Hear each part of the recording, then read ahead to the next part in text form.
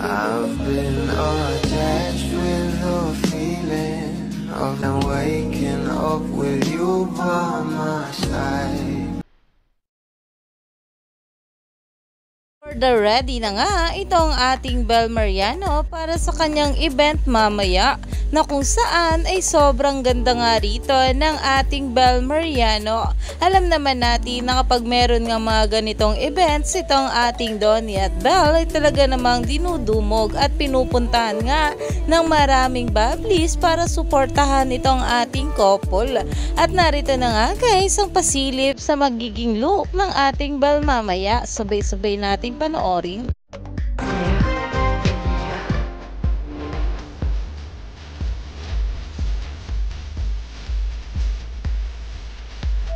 Kung makikita nyo nga guys ay sobrang bagay nga sa ating Bel ang ganitong hairstyle na kahit ano pa ang gawin sa kanyang hairstyle ay talaga namang bumabagay at sobrang pretty pa rin ng ating Bel Mariano.